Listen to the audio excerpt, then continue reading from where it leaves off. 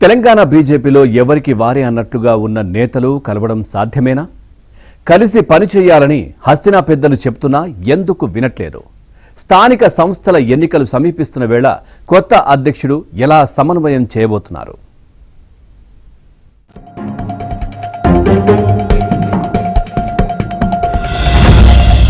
Telangana BJP స్థానిక సంస్థల ఎన్నికలకు సమాయత్తమవుతోంది. కొత్త అధ్యక్షుడి ఆధ్వర్యంలో ఇవి మొదటి ఎన్నికలు కావడంతో ఆయన కూడా సీరియస్ గానే తీసుకున్నారు. దానిలో భాగంగానే జిల్లాల పర్యటనలు మొదలుపెట్టారు. మండల, జిల్లా, గ్రామ శాఖల స్థాయిలో పార్టీని సంస్థాగతంగా బలోపేతం చేయాలని భావిస్తున్నారు. స్థానిక ఎన్నికలు దగ్గర పడుతున్నా పార్టీలో ఎవరికి వారే అన్నట్లుగా వ్యవహరిస్తున్నారు. వారి వారి నియోజకవర్గాల్లో ఏదో చెయ్యాలి కాబట్టి చిన్న చిన్న కార్యక్రమాలతో కాలం వెళ్లదీస్తున్నారని జోరుగా ప్రచారం సాగుతోంది.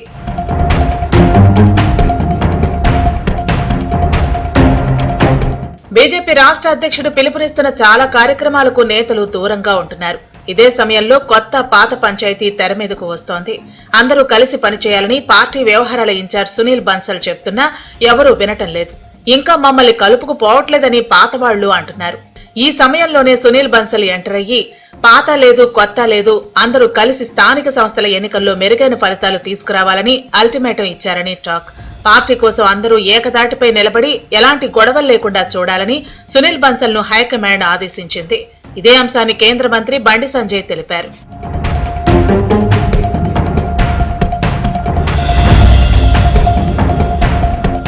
బీజేపీలో గ్రూపులు కట్టిన వారికి పదవుల విషయంలో ఇబ్బందులు తప్పవని బండి సంజయ్ హెచ్చరించడం ఇప్పుడు హాట్ టాపిక్ గా మారింది. బీజేపీలో గ్రూపులకు తావులేదన్న బండి వర్గ రాజకీయాలు చేసే వాళ్లకు వచ్చే ఎన్నికల్లో టికెట్లు ఇచ్చే ప్రసక్తే లేదని తేల్చి చెప్పడం పార్టీలో తీవ్ర స్థాయిలో చర్చకు దారితీసింది.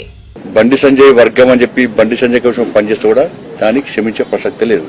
వ్యక్తి కోసము గ్రూపులు కట్టేవారికి అది బండి సంజయ్ కోసం పనిచేసినా ఎవరి కోసం పనిచేస్తే వాళ్ళకి టికెట్లు ఎట్టి బస్సులో ఇవ్వం.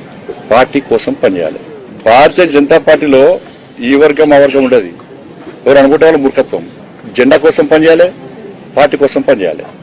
వ్యక్తి కోసం పనిచేస్తే పార్టీలు ప్రోత్సాహం ఉండే ప్రసక్తి లేదు. నా కోసం పనిచేస్తా ఉండదు, ప్రసక్తి లేదు. దాన్ని ఎప్పుడు ప్రోత్సహించము, దాన్ని అనుమతించము. దాన్ని హుజరాబాద్ నియోజకవర్గంలో కరీంనగర్ పార్లమెంట్ లో ఆ పద్ధతి పోయింది. పార్టీకి హుజరాబాద్ లో తక్కువ ఓట్లు రావాలని కొంతమంది పనిచేసినారు. వాళ్ళ టికెట్ ఇవ్వమంటారా? చెప్పు, ఇవ్వమంటారా వాళ్ళ టికెట్లు? గతేడాది ప్రత్యేకంగా ప్రధాని మోదీ ఎమ్మెల్యేలు, ఎంపీలతో సమావేశమయ్యారు. తెలంగాణలో బీజేపీ అధికారంలోకి రావడం కోసం అందరూ కలిసి సమన్వయంతో ముందుకు వెళ్లాలని చెప్పారు. అయినా పెద్దగా మార్పు రాలేదని పార్టీ వర్గాలంటున్నాయి. BJP state level workshop లో ఇదే విషయాన్ని బన్సల్ గట్టిగానే చెప్పినట్లు సమాచారం.